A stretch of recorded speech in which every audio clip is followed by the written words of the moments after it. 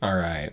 In this video, this is going to be similar to the inner product videos, but it's actually going to be a little bit different. I don't know why. Apparently, I am obsessed with inner products. But so this one we're going to talk about multilinearity, and we'll actually talk about the real case instead of the complex case first.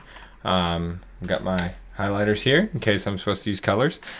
So let's do this. So let's say we're taking the inner product of A and B. And let's say they're two-dimensional vectors, just because I feel like it's easier for people to connect and it's easier to draw. And I'll go ahead and start some highlighting just to make sure I remember. All right, we've got A and B. So now what we're trying to do is let's draw A and B. They look something like this. We probably won't even need the picture, but I think it's nice to draw. So A, B, something like that. And let's highlight these. A here and B is here, right? So now what we do is, one way to compute this is you take this component, so this is A1, and then this component, which is A2, right? And then you take this component, which is B1, and then this component, which is B2, right? And so now what you do is, the inner product here is just A1, B1 plus A2, B2, right? And we're talking about linearity and multilinearity right now. So I'm actually going to show why this is linear. I don't know if that's going to be boring or not, but so I'm just going to do it real quick. So let's say we have A, and then we have B plus C, and we want that to be equal to A, B plus A C, right? This is one of the properties of linearity, and then the other one is about scalar multiplication. So I was going to say I'll do that in a second, but I'll show you first. So so A and then 5B should be equal to 5AB. And so all that's saying is, a scalar on either one of these, you can pull it out. In the complex case, it's actually a little bit different, but in the real case, you basically just are able to pull out scalars. So this one is, I think they're more complicated of the two, but we can prove both pretty easily. So let's just go ahead and do it real quick.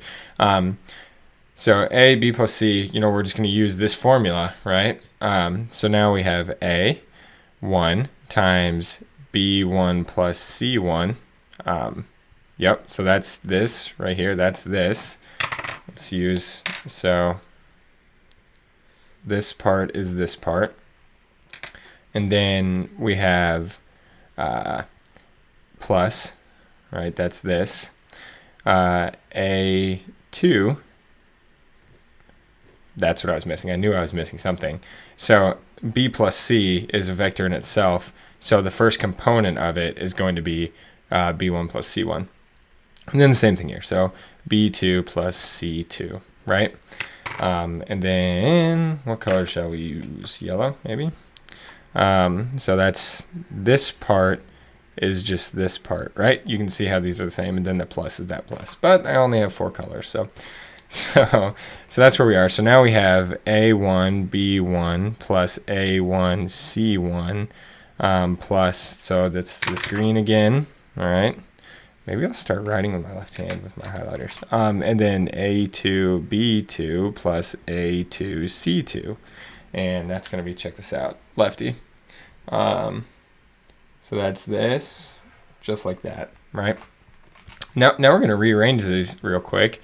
So A1, you can probably already see it, so I hope I'm not wasting your time, but A2, B2 plus A1, C1, that comes from there, plus A2, C2.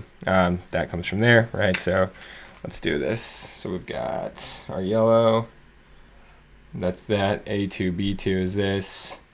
And then A1, B1 is that. And then A A1, C1 is coming from there too, right? Boom, boom. And so now this, you can probably already see it. Sorry if I'm going too slow. This is just AB, and then plus AC. So this, we're proving linearity here, kind of. We're proving this property of linearity.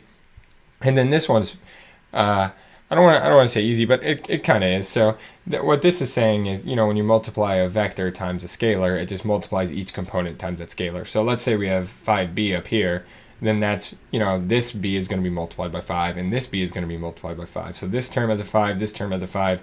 You can bring that out front, and that's what's happening there.